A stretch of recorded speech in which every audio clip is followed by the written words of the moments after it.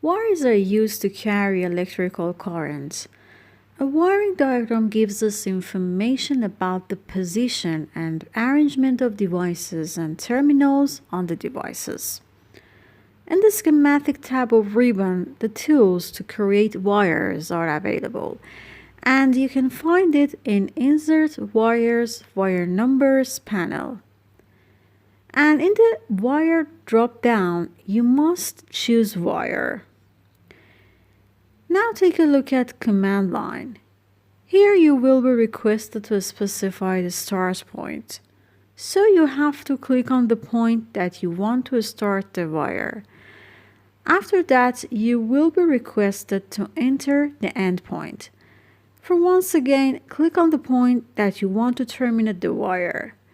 If you want to continue drawing it, it is possible by clicking the another desired point.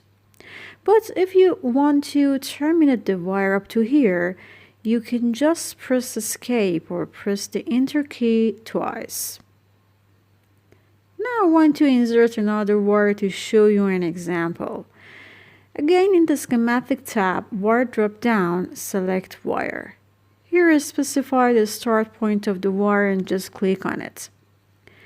After that, enter the end point of it and click on where you want to terminate the wire. In this step, if you intend to draw it up to here, just press Escape or press the Enter twice to draw it. Another method to insert wire is using Command Line. Instead of selecting Wire tool, you can write AE Wire command. As you know, for finding the exact command of wire, you can just keep pointer on wire and see the AE Wire command. Now you need to write it and then press Enter. As you can see, here is written specify wire start. Just click on where you want to start your wire, and after doing that, you can see specify wire ends in the command line.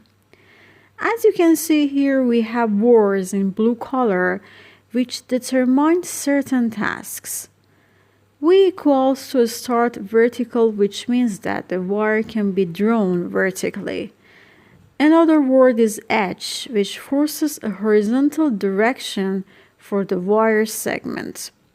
It means that when you write V in the command line and press Enter, your wire is drawn vertically. Then you have to specify wire end and click on the point you want to terminate it. Finally, press Escape to finish it.